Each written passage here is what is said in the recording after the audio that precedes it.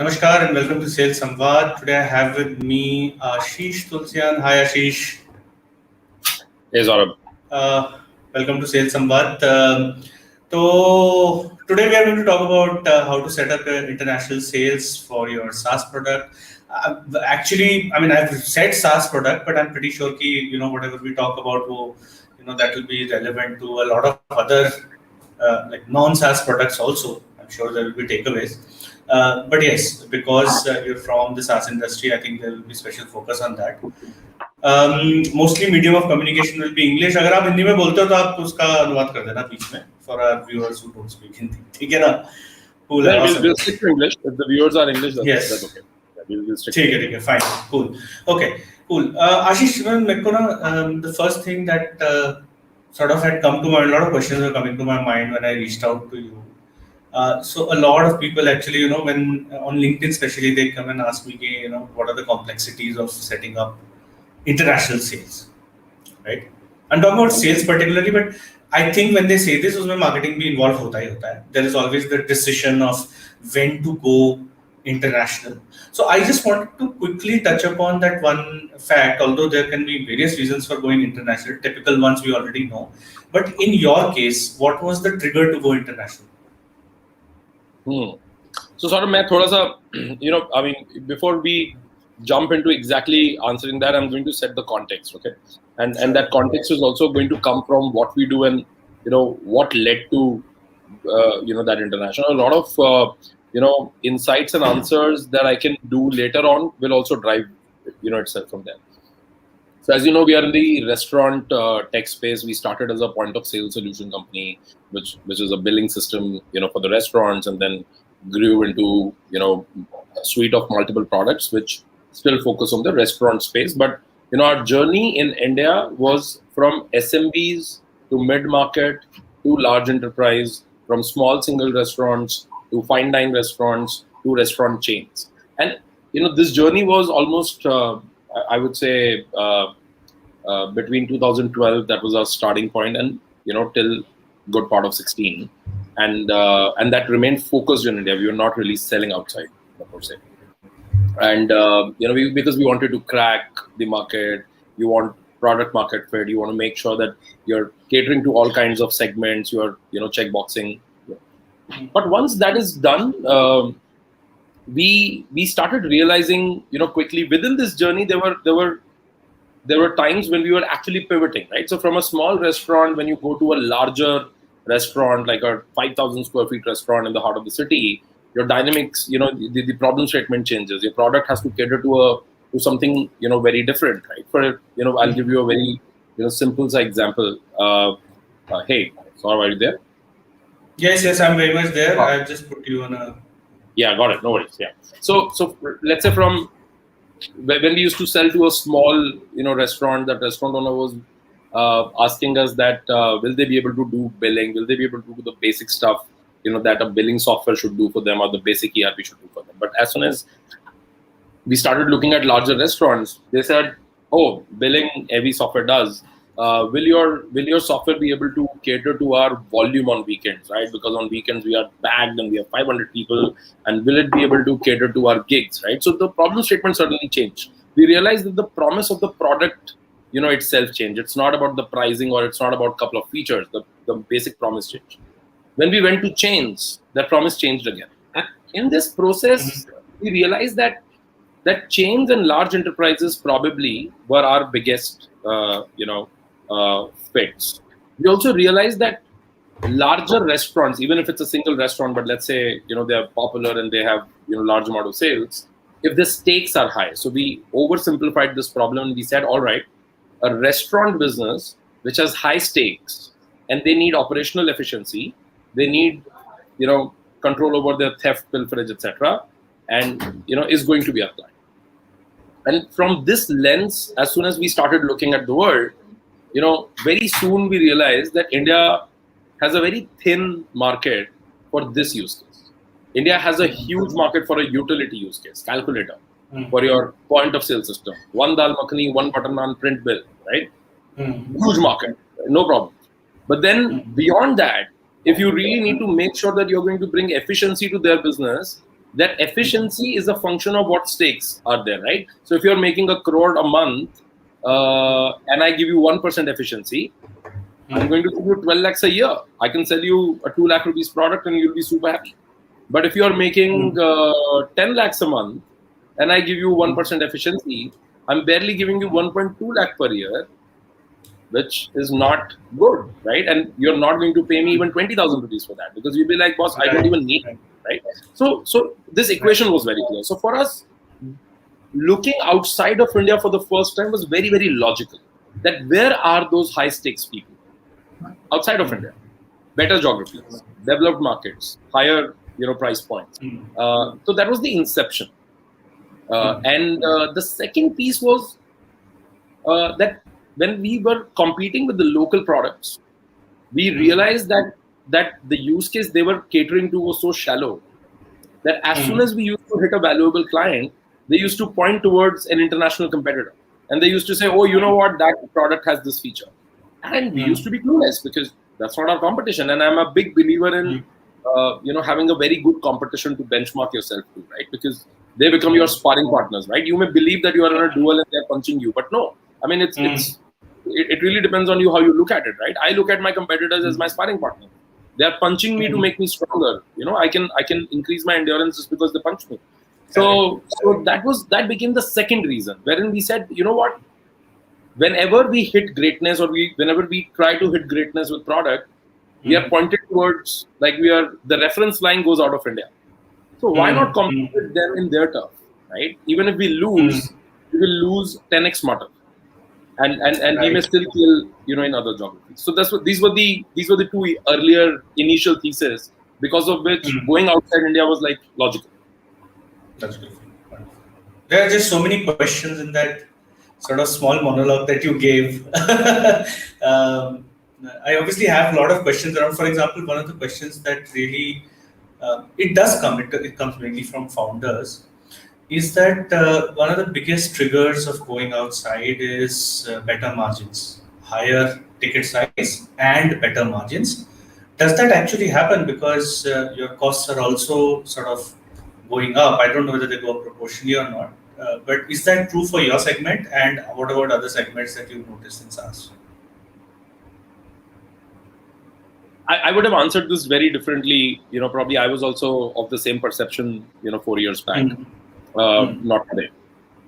I think in my experience, going outside, the simplistic math says that there are higher margins because you can price a product 3x, 4x, 5x. If you're a bottom of the market product, and let's say you go overseas and you become a mid market product, so probably your price can go 8x, 10x as well. So you'll be like, wow, what just happened, right?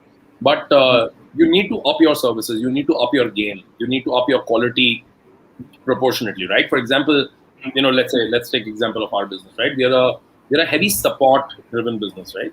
We're not a support ticket wala business. This, our business is very clearly that a restaurant is not going to call you just because they have a doubt, because they were thinking.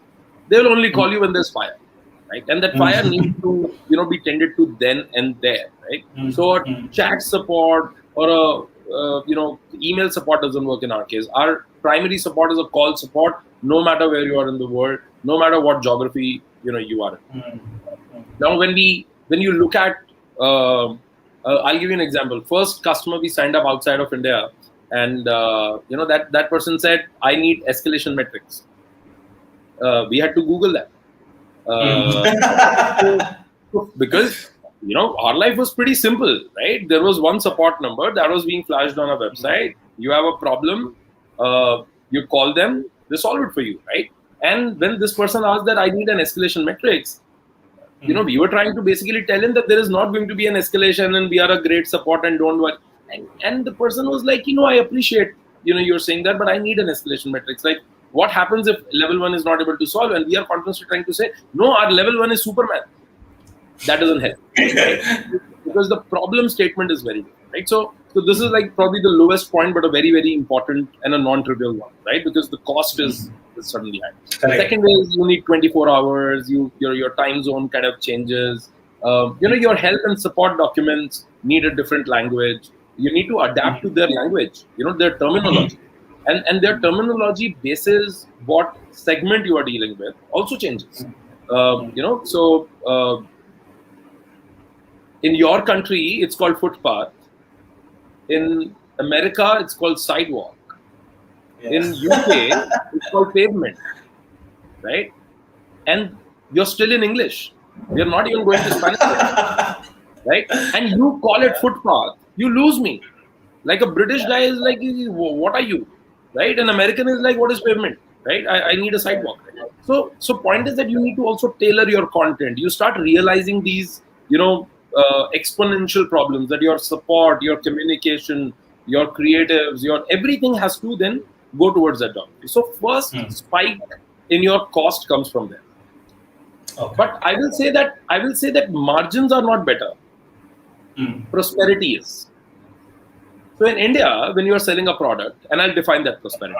In India, when you are selling a product, your sales cycle is unpredictable.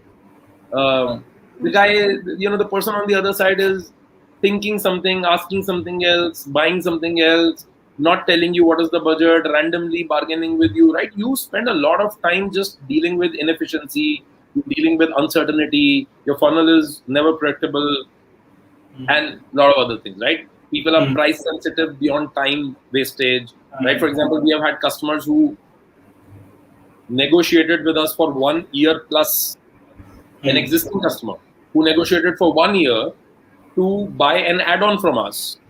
And according to us, I think that add-on's value that customer was also understanding could have saved him 1 crore that year, right? And I'm not kidding, he was actually negotiating for 3 lakh rupees in the total bill. Right now, this is a problem which India has. It is a genuine issue, right? We don't value time. Efficiency does not occur to us the same. So when you go outside, and especially in the Western markets, you suddenly get velocity. So your margins improve not on the product.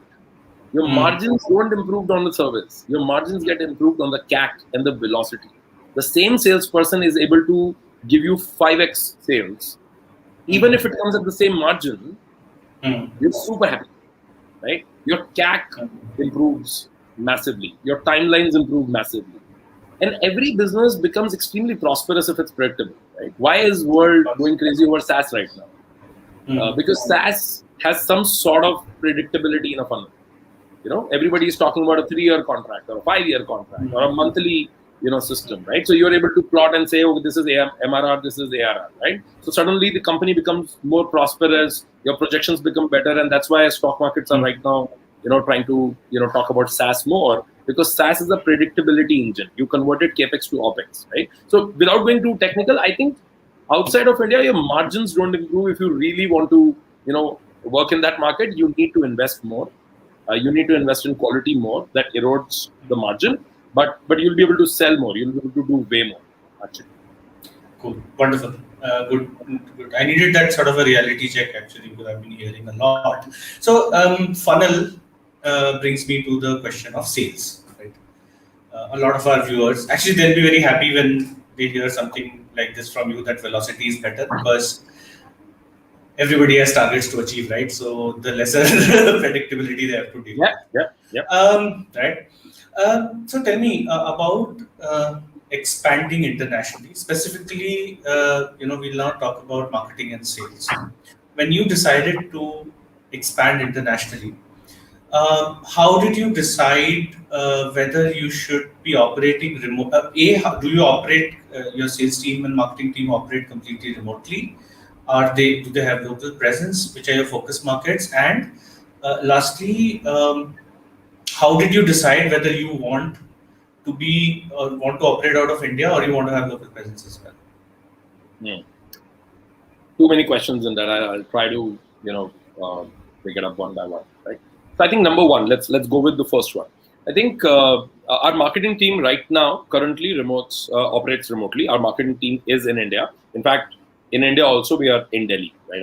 We have Bombay and Bangalore office as well, but marketing team is at the HQ.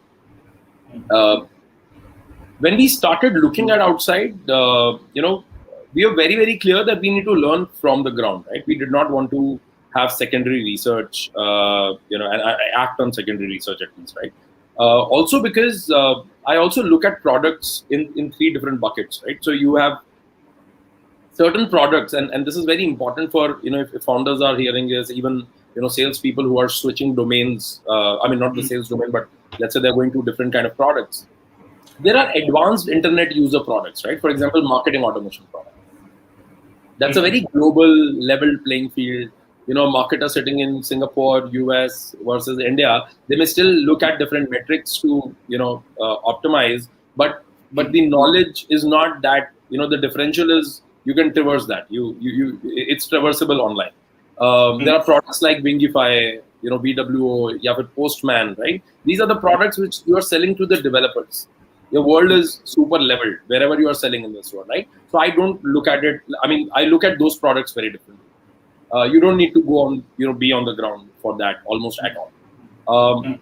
Ours is a our user is a non-tech first user, let's say, right? Our industry is, let's say, in our case, it's a restaurant industry, right? So for a restaurateur, for a food company, for them, technology will remain secondary. For them, the key thing is food. For chef, for them, chef is the game, not the CTO of the company.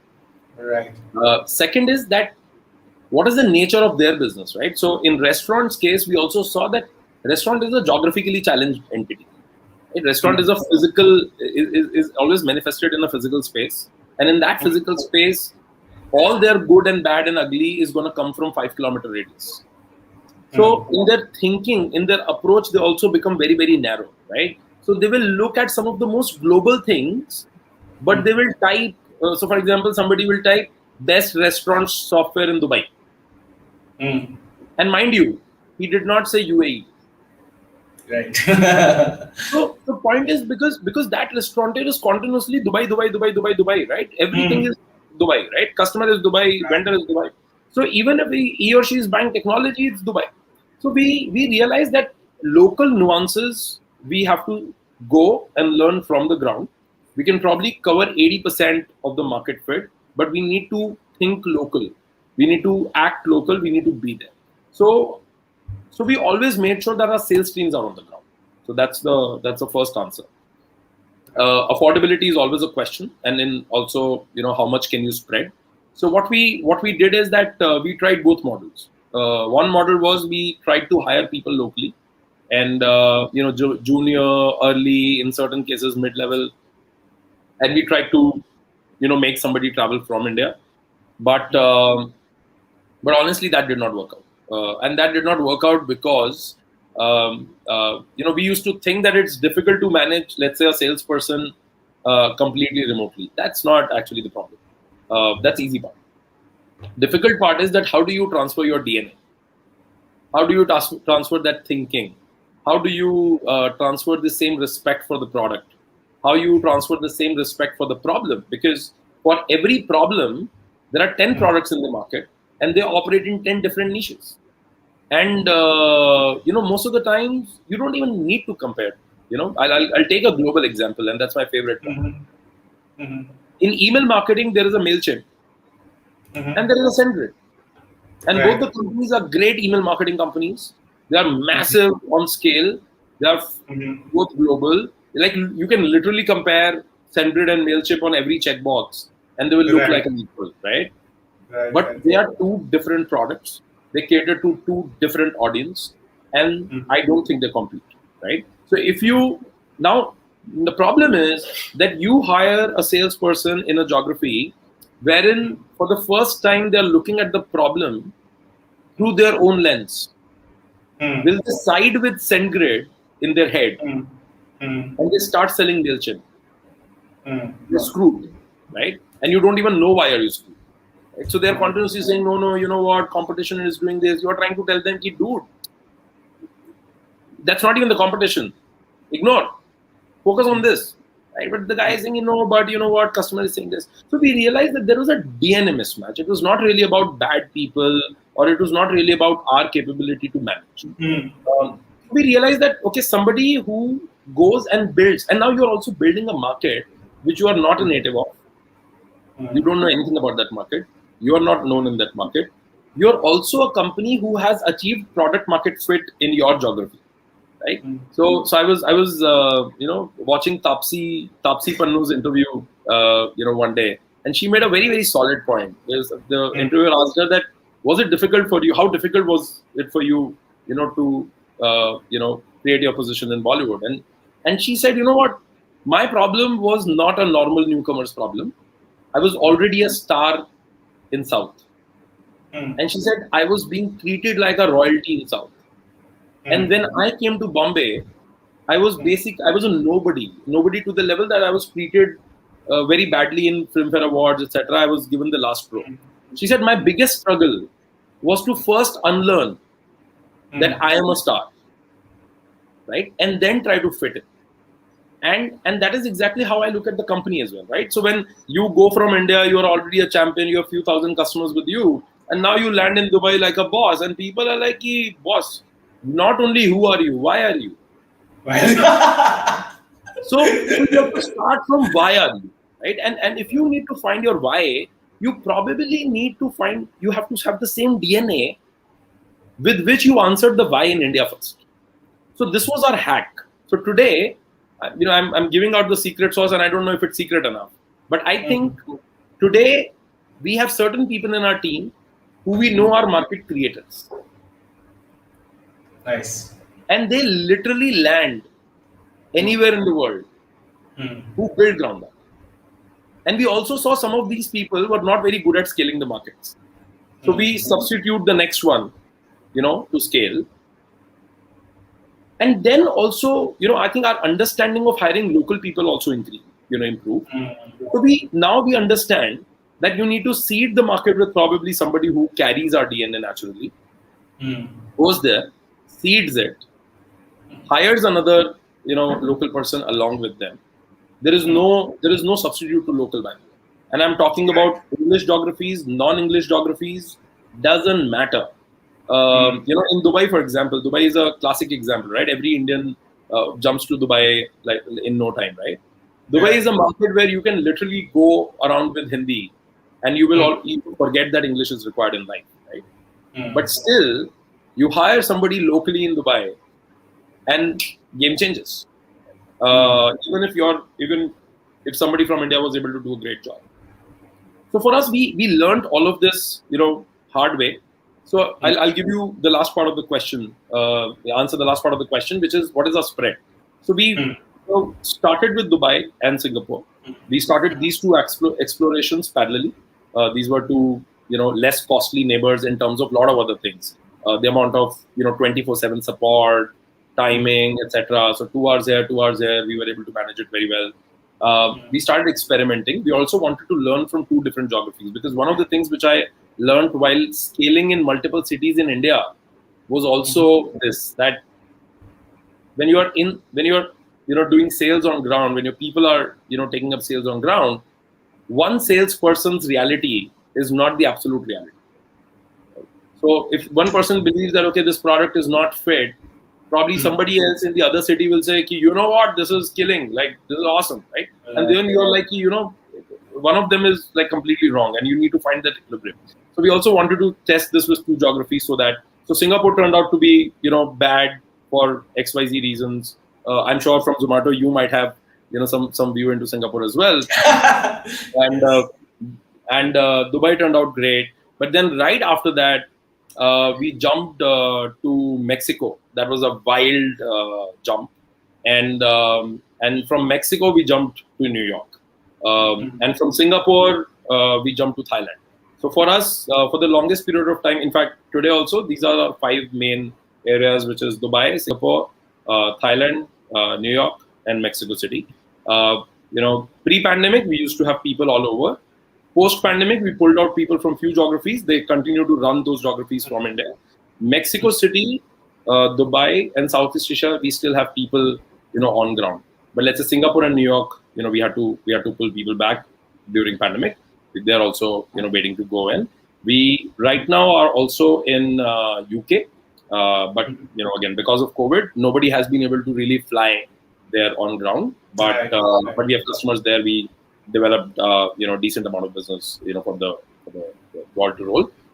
within Middle East, we now have on-ground presence in Saudi, apart from Dubai. Okay. But we have customers like spread all across. Got it. Cool. I completely agree on the DNA bit. I describe it a little differently though, because I believe, I repeatedly use this word called product conviction, right? Somewhere or the other, it's a concept conviction also. And that conviction, to transfer that conviction, one really has to, think like a co-founder, I guess.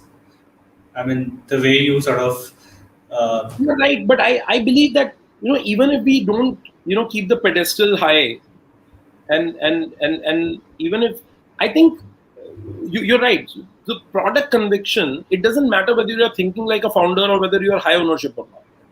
Product conviction, what I'm saying DNA is that it has to be natural. Like you have to inherently believe that this is how it should be looked like. It should be, this product should be looked at from this lens, right? So when somebody, when I look at your service a little differently, right? If you believe that the only right way to look at this service is lens A, you will immediately tell me, no, Ashish, wait, let me give you the lens A. right. If you yourself are not convinced, right, Right. you will start defending lens A. You will say, no, you are right, B is also a lens, but A is also, it doesn't work. You have to just tell him, you're looking at it wrong. So it has to come from inside. There's no other way. Yes. Wonderful. A question ले लेते हैं. This comes from Siddharth, and although you've sort of answered this question, but I think his question is more in the context of creating local content, marketing content. Yeah. Great question. Yeah. So I'll pick that up, right? So Sure. When we started building content, I think for us marketing was also the piece where we tried to hire local, by the way, and we do hire local consultants off and on. We do hire local people to give us the nuances. I'll give you one example. So the one example which I gave you, UK English versus US English, right? That example comes from exactly what Siddharth's question is, that when we started developing content for international market, we realized that our hero content was not really working out for those markets, because they were searching the phrase differently. I'll give you an example in our case, the closest, right? We all know cloud kitchens today, correct? Right. In UK, people are not searching for cloud kitchens. They're searching for ghost kitchens. This is out of syllabus, right? In US, dark kitchens is the popular phrase. And then when we looked at India, we realized that ghost and dark were not even in the searches. Because in India, dark is bad and ghost is worse. And there are countries who are celebrating Halloween. So this is one, right?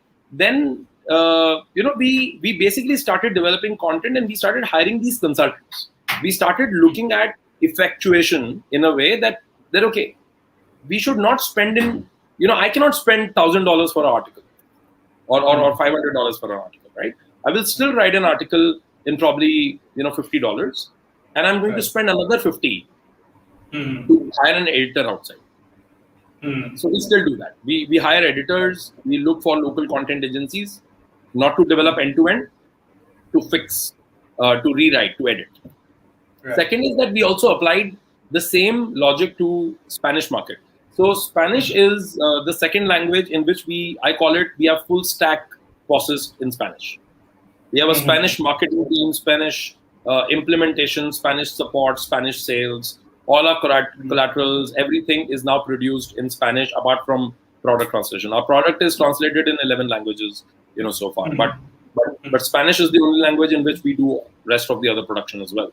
And in that also, because we saw this English, problem, we went deep into Spanish, and we realized, okay, which Spanish is the best Spanish?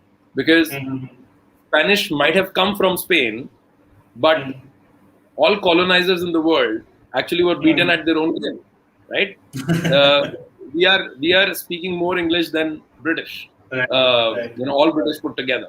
So we realized that Mexico is actually the one which speaks the most amount of Spanish, and in the world, Mexican Spanish has become like the standard Spanish.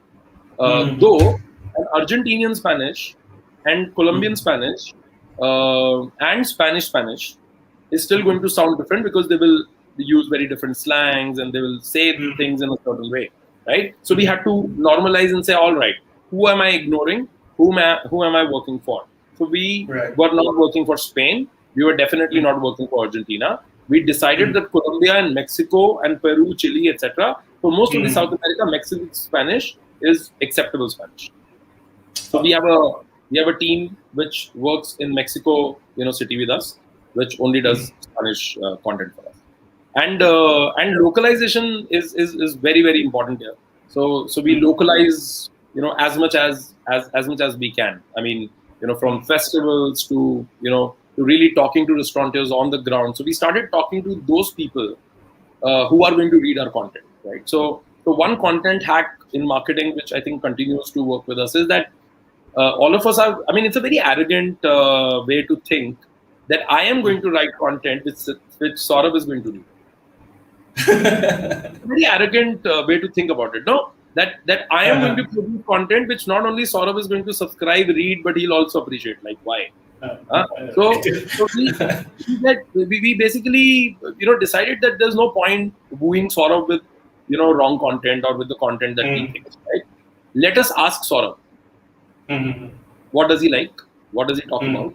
And also ask Saurabh what does he think about a certain topic, and figure out Saurabh's tribe. Ask 10 people in Saurabh's tribe what they say. Saurabh is interested in reading what other nine are saying, and other 9 are interested in reading exactly the same thing. No, I have absolutely no problem with it. In fact, that I think is a very nice way to sort of slide in very easily. And शुरुआत में थोड़ा easy चीजें करनी चाहिए. The ones which are sort of very obvious, it sort of leads you to more complex stuff. Okay, cool. My next question, Ashish, is now getting deeper into sales.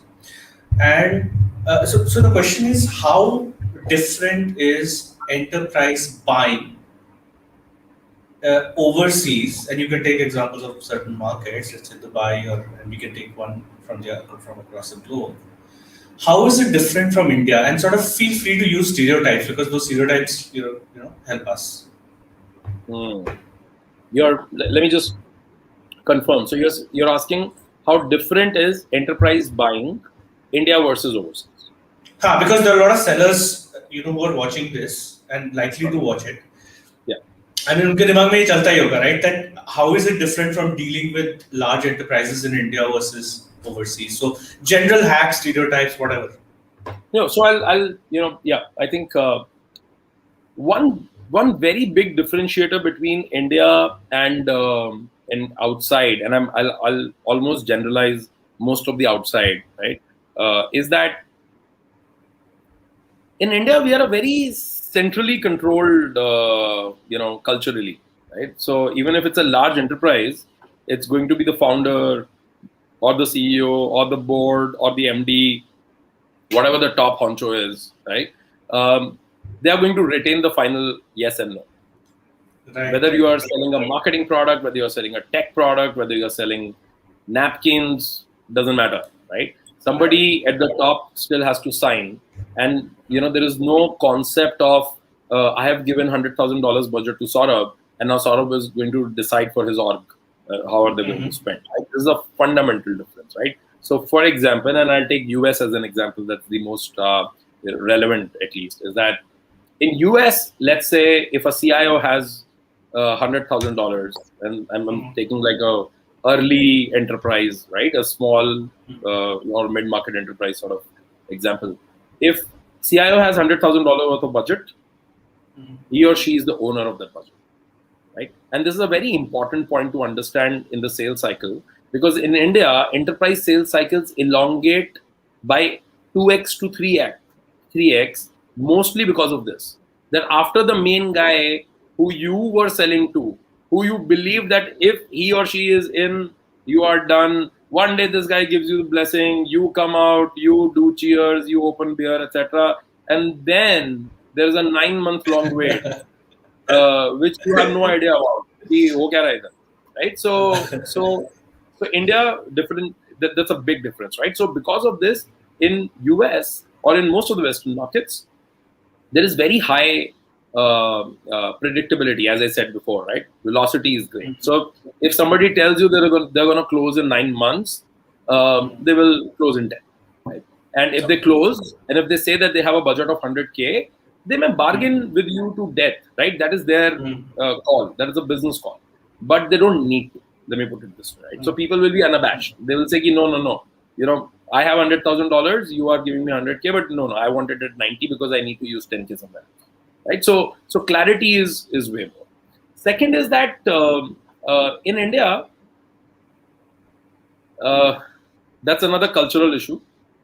We don't respect our own budgets. For example, when you go and buy a car, right? You look at every car in the showroom, whether it's in your budget, whether it's outside budget, you discuss every variant. Why? You know your budget, right?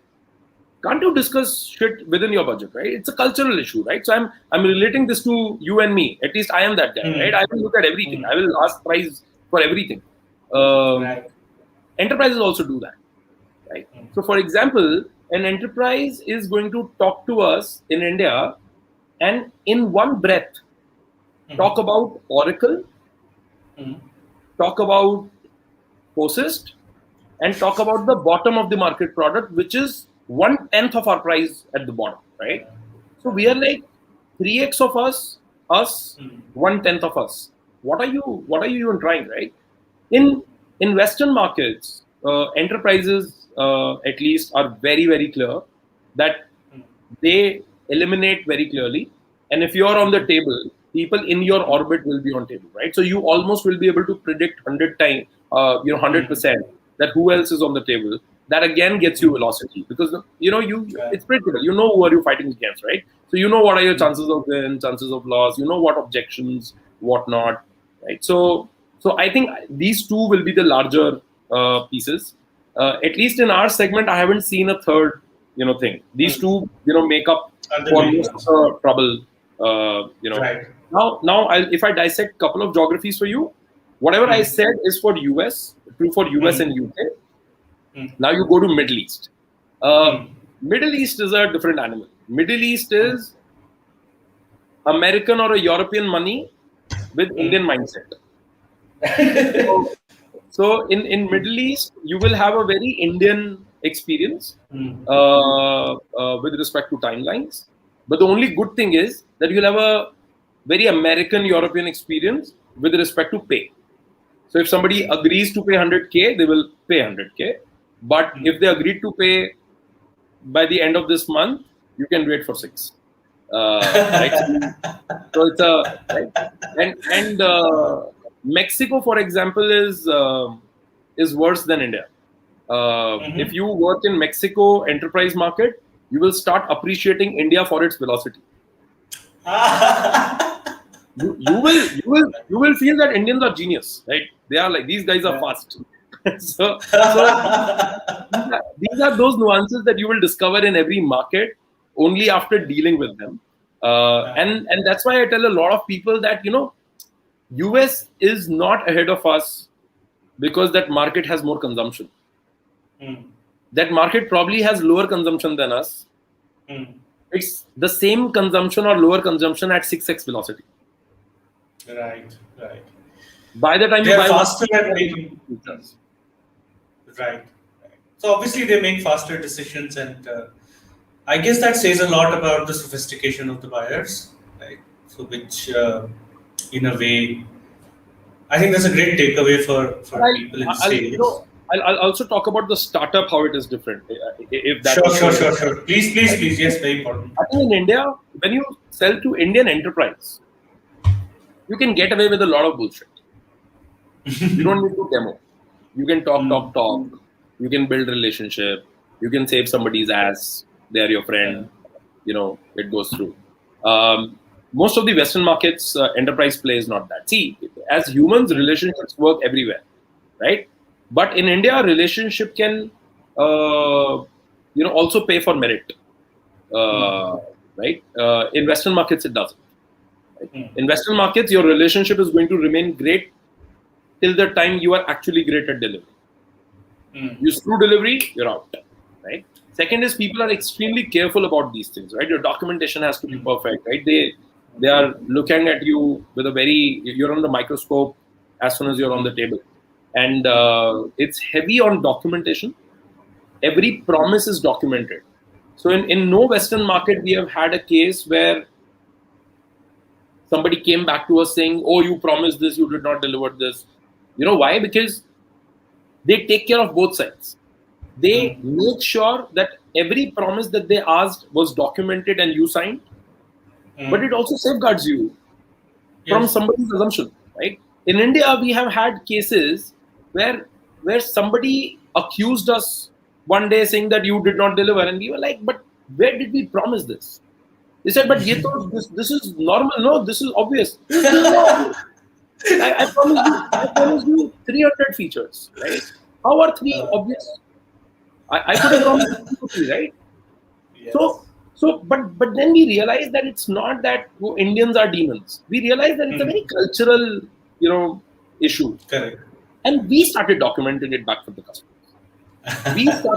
We started saying ki bhai ye 300 hai, and if anything outside 300 hits your imagination, it's correct. It's your imagination. Yes. So that's very critical. Maybe I think in India also, from the seller side, we should start documenting better. 100%. Not that it will end up mattering, but at least some percentage points it will become better. No, and see, sort of, as a B2B company, I can say, and I think this applies to salespeople the most. At least in our company, I tell this to our sales team every day that every meeting that you are doing may or may not convert to sales. It is 100% going to convert to a relationship. And how you leave the table is going to decide whether you are going to get business in missed calls couple of years down the line as you wake up every morning. Right? And if you're really investing in that, now this is all cliched gyan, but the fact is this is how it works. The best salespeople in the world, if you are in one domain, in one industry for 3+ years, and you don't wake up every morning with business and missed calls, you have done a very, very bad job in last 3 years. Like very, very bad. Right? After 5 years, you should not be dependent on internal leads. Right? Internal leads should be your cream. Your cake should come from your own, network. Given that I'm assuming that you're in the same, line of business at least, if not the same company. Right. So, and for a B2B company, it's very important, right? So, for example, as POSist, we are also bootstrapped, revenue funded. For us, one thing was very clear that the experience which I'm going to leave this customer with, whether it's good or bad on the product, is debatable. I need to leave them with an experience of certainty, right? People should feel at the end of me leaving the table that it's not a black box. Like I know everything now. What are they going to charge me? What are they going to give? What are they not going to give? Right. How to terminate this relationship? Right. So in our sales, we also talk about termination clause. Correct. We educate them how to terminate the agreement, and it is important, right? Yeah, very, very critical. In fact, I remember 10, 12 years ago, I used to work with a very traditional sort of a manufacturing setup. And those are very long cycle sales. Those are like 1 year, 1.5 year cycle, right? Yeah. Documentation is so critical. I mean, if you work with Government of India, for example, they document every goddamn thing, right? And I think that's one of the biggest advantages of having worked with government agencies, is that these practices start coming naturally to you, which in the private sector it doesn't. Right? So that I consider myself lucky. Everybody should go through that process. I mean, I would say that thankfully in my previous startup, I used to run a telecom company before POSist, and I used to deal with large telcos and enterprises in financial vertical. So some of these things also came very naturally. Although I will tell you that first 2-3 years of POSist, because we were dealing with SMBs, I almost forgot all of that. It's only when problems started appearing, and then it started coming naturally back to me. Ki, what's the conflict? And conflict was most of the time, he said this, he said, she said, was the conflict. And I said, you know what? Why are so many people talking? Like, let's write. and it was like, okay, this was always a no-brainer. Why did we flunk on this? But we did. Right. So a couple of more questions have come in, but I think I'll ask a few more questions and then we'll take it up. So, first challenge that usually comes up for an entrepreneur when they're going outside is, so I get all of these generic questions a lot, that what kind of person should you hire when you are, going to another market? Specifically, what tips would you have for people who are trying to figure out their first few sales reps, who they are going to be? Again, no issues. Please feel free to use stereotypes, etc. But just generic tips so that it reinforces, whatever they might have heard. Outside of country, or you mean outside the country? Locally, for example, if you move to Dubai, if you hire a sales rep in Dubai, they could be for marketing, they could be for pre-sales, they could be for sales. So, what kind of tips would you have for, let's say, founders who are watching this? Founders, as well as for the sales leaders, if they haven't really figured out yet. One tip is that I will, define what is my objective, for that person on the ground. Right? For example, you may be looking at somebody who is a outbound lead gen person, who's local, so that they can knock on the door. I will look at that person very differently.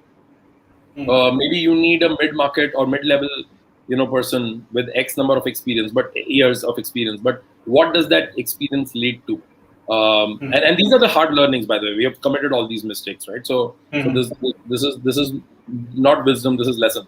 So I will look at a mid-level person and I'll say, all right, do I want them to close sales or generate in? So inbound versus outbound is your first question, right? A person that you will hire outside of the country and outside of your known geography. These are two very different people. People who will consume leads from you and sell, or people who are going to, really knock the door and generate leads. Second is that a lot of people fall for hiring people from the same industry. I will not really say it's a bad thing, but again, it should be, it should be questioned. It's not always a good thing, because at times you are a disruptor. At times you are the one who's bringing new flavor to the same industry, and you hire people from the old legacy competitors just because they're in the same market, right? For example, in our case, somebody will say, "Oh, hire people from other POS companies," right? Or worse, people will say, "Hire people from Zomato, etc." Now, a Zomato salesperson can never sell POSist, because these are two different problems, right? If a Zomato salesperson, most probably that person is going to be from ad sales. I am not ad sales, right? Ad sales stands for something else. My person cannot sell ads. At least, that's what I believe, right? Similarly, they cannot sell a solution. So look for the DNA rather than the Rolodex, because if you are relevant, a restaurateur will listen to you. But if you are not talking relevant, even if you know them, they will reject you. Like, it doesn't even matter. Especially another insight which I have for people in the industry, like when you hire people in the industry, and that's like, it's always the lower hanging fruit when you are hiring somebody outside, because you're like, yeah, I need to train that person for my company, and I also need to tell him where to look for at least one problem to solve, right? But I've seen that at times you hire people from the industry and who will tell you that, oh, I already know like 100 of your prospects, and I can knock those doors tomorrow morning. What do they know? What do these prospects know this person for? At times, this person can also have a bad baggage, right? I remember in Dubai, there was this guy who came to us and said, "Oh, don't worry, I'm going to kill and this and that, and I know 1,000 restaurateurs." Like, all right, that's amazing. And one person in my team who interviewed him like long back, I think 16, 17, was very happy. He was like, we've got a great guy, goes like knows everybody in town, and he has everybody on on his phone. He can show me numbers, validated this and that. Then I took his interview, and in that interview, he was charming, he was fit, he was perfect on whatever he was supposed to speak on. And then I asked him that, what is your relationship? Can you describe your relationship with, let's say, 10 of these prospects? It turned out that he sold last 2 POS systems to them. And the second one, everybody is angry with. I was like, boss, if you show up with a 3rd POS system, right? I don't want your baggage, right? And then I called the market. So I called a couple of his prospects for a ref check. And then I asked them that, because this guy was really good, like he was carrying 18 years of experience in restaurant POS, like it seemed like a god to us, right? We are not 18 years old ourselves, right? So we rejected him anyway, and then for good, right? Because prospects also gave us the same thing. Oh, that guy, don't even take his name. This sounds right. So look for lack of baggage. I think inbound versus outbound still remains a top problem for me. Don't confuse mid-level people who are not subscribing to knocking doors. Also, are you hiring? Another insight is, and sorry, thoda ye, I'm a little all over the place with this, but then it's not in the same order. Another insight is that we look for: are we looking for closers, or are we looking for nurturers? So, for example, at times what happens is that people who are sitting here in India are champions. They can sell to every Tom, Dick and Harry in the world. But at times you need a local person to create that, comfort. Now, if you are trying to create that comfort, I will look at that person very differently, right? So I will say, this is going to be the process. Inbound lead will come. It will go to you. You will call from your local number, speak in the local language, show your local LinkedIn, create that, establish credibility that we exist in your country. I am one of you. You do the first demo in which your senior from India shadows, and from that point onwards, senior takes over. Got it. Because now customer is ready to talk to anyone, because it's established. Now we have a person there. What more do you want? Right? Now this person, I will look at him very differently. I will look at this person as somebody who is charming, who's likable, who has a good diction, who's presentable, who can do the demo well. Closer, no closer, it's okay. Right? Even if it turns out a closer, super, he'll rise, right? Yeah. So, but I see that when you're looking to find these kind of people, at times, most of the times, people believe every salesperson is a closer. It's not. People believe that every salesperson is going to knock the doors. No. They also believe that they are going to hire a team and build a team for them. No. There are initiators, there are closers, there are people who work through the middle of the funnel, and there are also the people who are managers. And these 4, most of the times, are 4 different people. So when you are hiring your first one, first put your expectation in order and have some clarity on what is it that you want to hit first. And if it hits, what? Got it. So if hiring from the same industry, is not really an option, and you're still looking for that DNA, is it a wise idea to go into adjacent or different industries who have sold to similar type of buyer? Yeah, that's a great one. I think I don't have a answer for that piece, right? Because there is I did not find like a straight answer to that. But again, if you're trying to find a person from the adjacent industry who sold to the same person, I will only give one caution, that look for, are you talking about the person who was at least selling to the same buyer at the customer? That means if somebody has sold to restaurant industry, and I'll take the Zomato versus POSist example again, right? Yes. Now I know that Zomato salesperson not only has been in ad sales, but they also have been selling to marketing. We sell to operations and tech, right? My friend is CIO and COO. I don't even speak to CMO, right? And Zomato person most probably is not even talking to CIO and COO.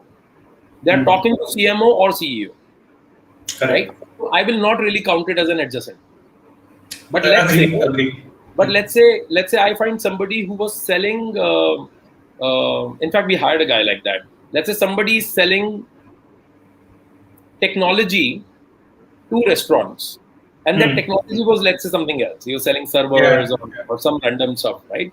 But this person was continuously sitting with CIOs, day in, day out, right? I will still consider that because at least he knows, these people well.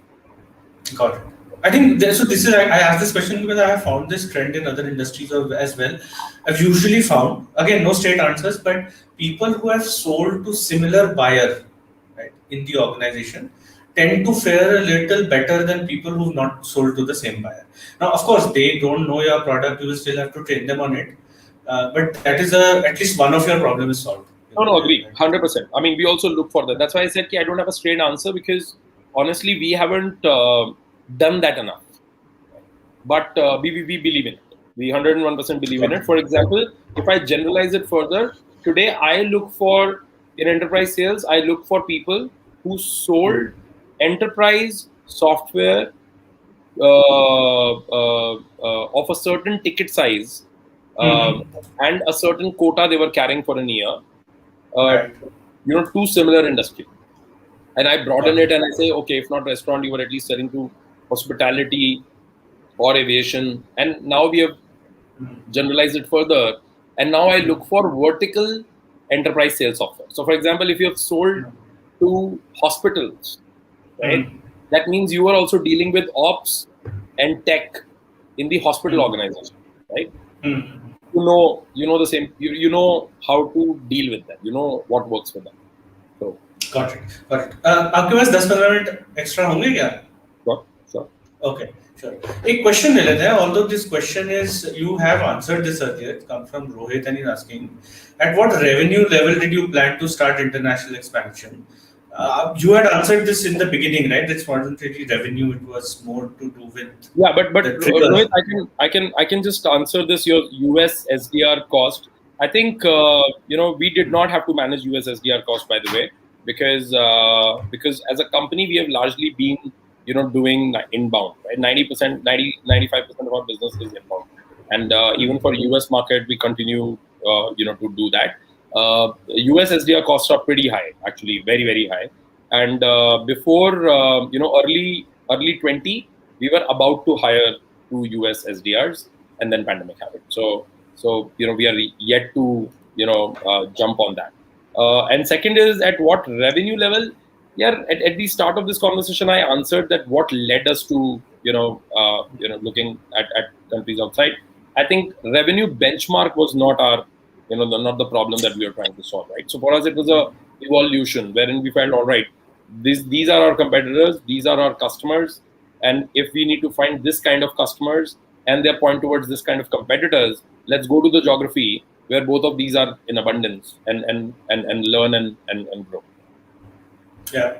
I think so. I've seen this with a couple of more SaaS players. Is that at best, if you want to correlate international expansion to revenue, one of the sort of triggers there happens is when revenue starts panning a little bit, revenue curve start flattening. Obviously, that's an indicator to go to newer markets. But there also then you have to choose markets where either you will have a large number of customers coming in, or you choose markets which have fewer customers but the margin will be higher. Whatever your sort of I also believe that there is no benchmark, honestly, of revenue, because sort of what you are saying now, that when revenue started, kind of plateauing, or you start a new geography. With due respect to all the founders, I think that's a hindsight wisdom. You don't look at it forward exactly that. So I think if you have the liberty to choose the market, right, and you also are declaring that dead or saturated for you, for that effort, that means you were not probably choosing the geography anymore.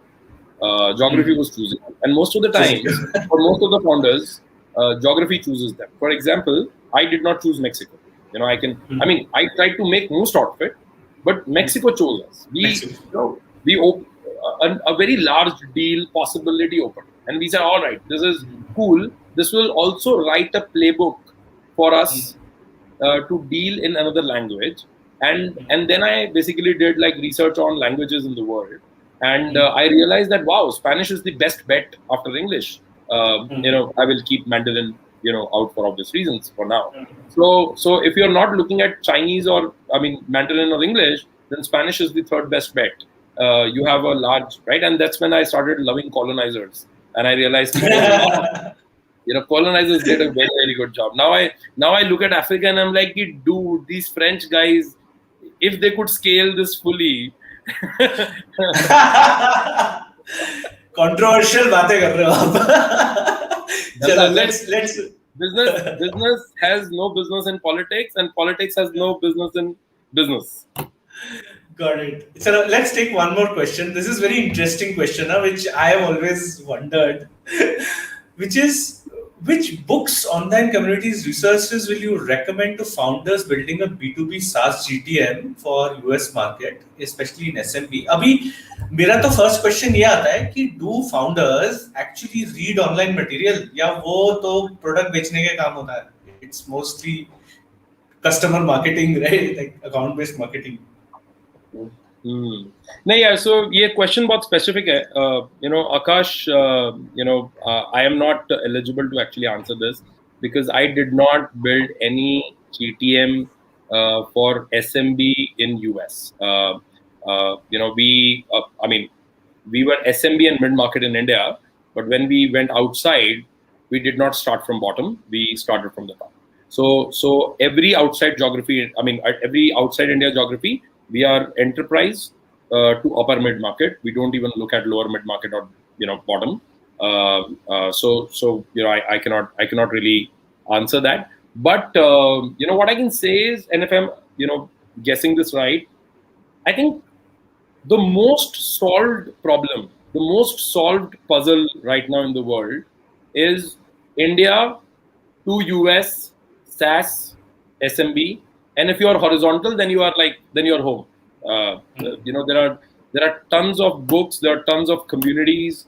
And if you're in, did you say SaaS? Okay, you said SaaS, right? I will put a plug here, right? You should subscribe to our SaaS Boomi, material, our podcasts, our events. I think with SaaS Boomi, some of us founders came out, and we created these tracks, which were India SMB, India Enterprise, India to US SMB, India to US Enterprise, or World SMB and World Enterprise, right? So we also figured that, okay, these are different slivers of the business, and they most of the times don't really relate to each other.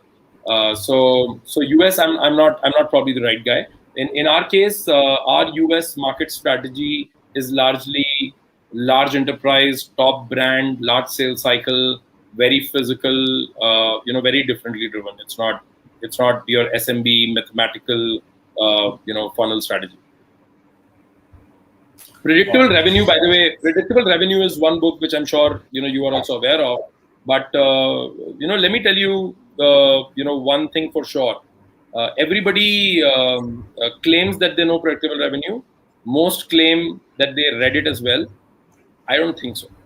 And it's a dense book. I tried to read it twice, by the way, and I failed because that what that book speaks is not the business I'm doing. So kind of there was a fundamental mismatch. But I can tell you, it's a phenomenal book. It's extremely dense. They have a great community around it, and some of these resources, if you follow well, I think India to US SMB B2B SaaS is not a black box. I mean, it's definitely not a black box up to 25 million. There are enough people who have done that. It's not easy, but it's scientific. Cool, great, thanks. I think that helps to a certain extent. So I'll come to the last 5 to 7 minutes of our conversation. Just one more question that we can sort of close. How different is customer servicing or client servicing in international markets vis-a-vis India? Yeah, that's a revelation actually for us as well. It's easier. It's way easier. Actually, honestly, we hit a reverse problem, and that's extremely derogatory to India. But again, there is no other way to call our own bullshit out, because So I believe, and I'll set the premise. I believe that your customers also define how you are going to grow up, right? And that's why I preach this to my fellow entrepreneurs a lot, and that don't work with bad customers, right? They're going to pull you down, with them. You will start tending to their problems, but their problems are going to be so low quality that it's a negative spiral. And what happened with us is that when we went outside for the first time, we did not have a health file, because we were so. And by the way, we built a phenomenal support. Okay, our support till today. If you will read any online review about POSist, you go to G2. A lot of customers have given us a lot of love. You will see that customers are praising product and support equally, right? So we built a phenomenal support. You are always answered. You're always solved. Da da da da da. But in India, nobody reads. Nobody is a DIY. Nobody looks for FAQ. Nobody looks for a video. Nobody looks for doing things themselves. For the first time, when somebody outside of India asked us a question on support, saying, "Hey, where can I find help?" It was a funny conversation, because the guy said, "Here I am. I am here to help you." I said, "No. I want to read about that." I said, "What do you want to read? I will tell you. I would rather take your system on. I will take your system on remote control, and I'll do it for you." And the person on the other side was mighty pissed. That person said, "You're not understanding. I don't want to speak to you. I want to read and do it myself. Can you help me with a help file?" And we had no help file, because kabhi kisi ne pucha hi nahi, right? Second is that, so I think outside of India, people are very dedicated. And again, this is a generalization. So most of what I'm saying, you will find true for the Western world. But by the way, that remains true even for Middle East, a good part of Middle East. Whenever we find trouble, we find, a desi on the other side who does not want to read. Right? But most of the people, right? So you can give customer service in a much better way, because they are predictable. They ask you questions. They ask for support. They are okay to have a lag. So, for example, if somebody, we are a 24/7 support. When we take up calls on a Saturday, in a new geography, or let's say a new customer signed in US or Europe, they thank 200 times, right? And the support person is confused that I'm just doing my job. Why is he thanking me so much, right? Nobody has as much respect. So I think servicing customers outside is easy, but whatever I just said is your product quality is table stakes. Let me also give you this clearly. In the Western world, if your product is buggy and if it is unpredictable, if your product is bad, you will not get time to fix it. People will move. Like, people churn silently. They don't curse you. They don't abuse you. They don't ask for anything. They go. In India, even in Middle East, for example, you will find people who will curse you, will abuse you. Basically, they're giving you time and enough hints to fix it. Right. Western world, customer service is simple, but your product quality is table stakes for them. They are not going to praise you for a non-buggy product. They are going to ask you that non-buggy product is what I bought. Like, this was supposed to be delivered. Right? But if your product is non-buggy, or if your product is decent and it just delivers what is promised, customer service is 5x easier than India. Nice, that's good news. Good news. So they, no chikam chaki, no chilla chilli, no shouting at you, no calling. Silently move on. They move. Yeah. They are ruthless. You will never get them back. Like they will not take a call, they will not take an email, they will say thank you but no thank you. That customer is lost for life. Unforgiving. Cool. I think great. Very, very important thing to come out. Cool. Ashish, already I've taken 10 minutes above. So closing notes. What advice, right? Tips. Again, feel free to use stereotypes. Would you have for sales reps from India who are sort of remotely selling to the US? Number one. And secondly is founders. What tips do you have for founders as far as setting up their international sales process is concerned, especially in SaaS? So the first one, I think for Indian reps who are targeting, outside markets, a couple of tips. One is that, work on your communication skills, work on your pre-demo communication, post-demo communication, work on your optics. Don't have your camera off when you're, doing the demo. Personalize, your demo to your prospects as much as you can.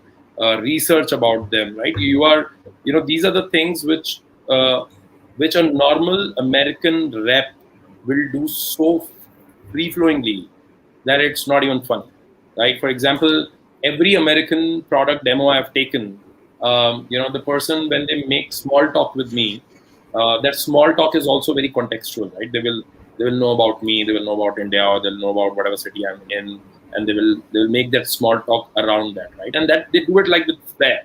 So relatability is pretty cool, and I think, and that is something which people expect, right? If you're talking to somebody in UK, please check the weather today, right? Even if you're in India, please check the weather. Yeah. Give him the comfort of talking about how sunny or how cloudy or how rainy or how bad it is outside. Learn those cultural nuances. So sort of whatever advice I will give is really about that, because honestly, everybody knows how to sell product. Correct. Everybody also believes that they know how to sell, right? But these nuances, right? Your optics, for example, your camera, what are you wearing? Do a little bit of research. Figure out what is that geography standing for. It doesn't matter whether you're selling $100 product or a $10,000 product, right? You're still a human who's trying to do that. They are going to judge you, and your product is going to get judged, heavily. Pre and post. Just one thing. Just one thing that I wanted to tell you viewers who are watching, especially in sales, is that again a very tried and tested way, and I see some of this lacking. Maybe more of this needs to happen.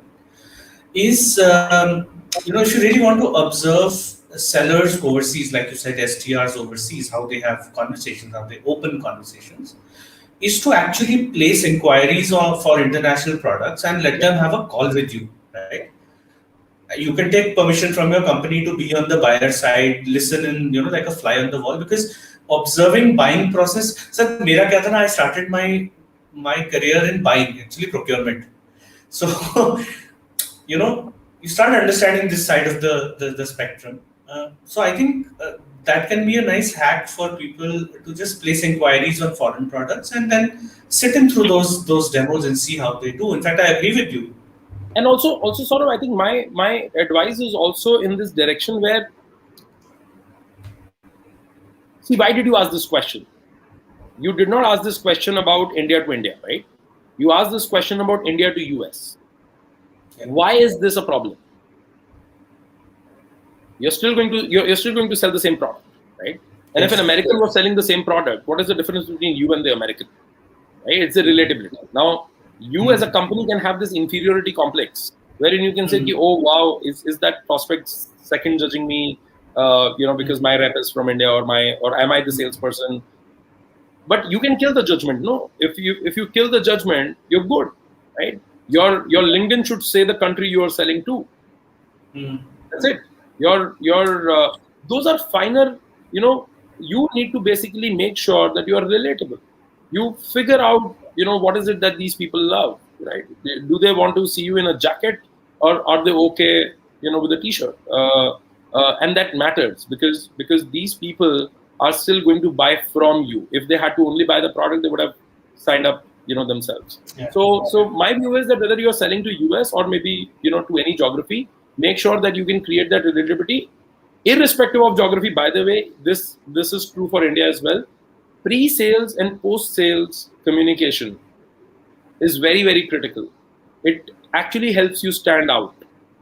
I can tell you that most of the deals of good quality products or good companies don't win on the product; they win by walkover. Their buying experience is so good that the customers or the prospects believe that I want to buy from them. That's it, right? And that's where the real, velocity, sales with velocity happen. So that will be my answer. Send people pre-read, research about them, do less number of meetings a day, and that's okay. If you're really converting, more, no company in this world is going to create a quota on the basis of meetings. Companies create meeting number ka quota because you're not delivering more, not because the company is delivering. Right? So if you deliver more, if you deliver 5 sales to me, why will I ask you to do 15 meetings? You do 5 meetings. I don't care. And what was the second question? Sorry. Tips for founders as far as their go-to-market strategy is concerned overseas. US or so for founders, I will say that when you're building a go-to-market strategy for outside India, the way to do it in the COVID world can be a little different. Earlier, in pre-COVID world, I used to tell every founder, pack your bags, go stay in that geography for 15 days to 30 days. In fact, I will recommend make 2 trips of 15 days, 2 months apart. Because first 15 days you're going to absorb, let it assimilate, process, go back. Do you feel at home? That means you figured it, right? But the second thing that I have learned is that, and that's very important. I don't know if this is one actionable insight I can give, is that I don't look at geographies today as broad compounded geographies. And this is a very important lesson, and I learned it very hard way, like very costly, for me at least. When we sit in India, we say Southeast Asia and we say Middle East, right? And we say that very, naturally. But the fact is that, I was talking to this guy, a POS company founder, a competitor in Indonesia, and they're big in Indonesia. We do 9,000, 10,000 restaurants across the world. These guys do 19,000 restaurants in Indonesia. So I was talking to him and I was telling him about something, and this guy said, so I asked him that, when are you planning to go outside of Indonesia ever? He said, yeah, probably we will expand to Thailand, Vietnam, or something. So I said, what about Philippines? Why didn't you say Philippines? So he said, yeah, we can look at Philippines as well. So I said, Philippines has this problem with POS industry. You have to integrate with the government system. That guy did not know about that. I was taken aback. Because according to me, Indonesia and Philippines are the same thing. I to call that Southeast Asia, no? Right. And then I realized for the first time that this guy is so deep in Indonesia that he has no flying idea of how Philippines works. And same thing I found in Philippines. Then I found the same thing in Thailand.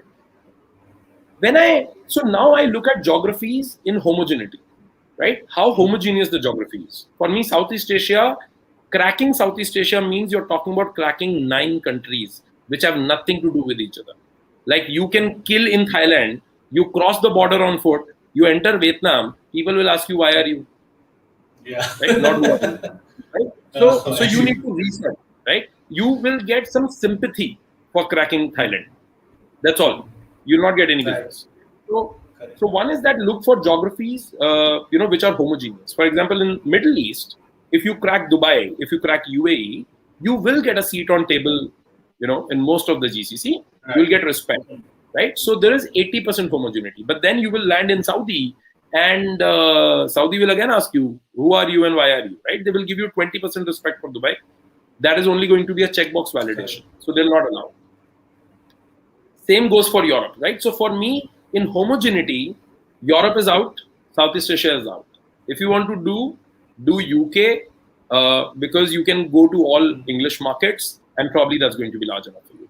That is exactly why, by the way, US remains the largest market for the world, because all the geographies put together for most of the business in this world, you cannot compete with US when it comes to width and the depth.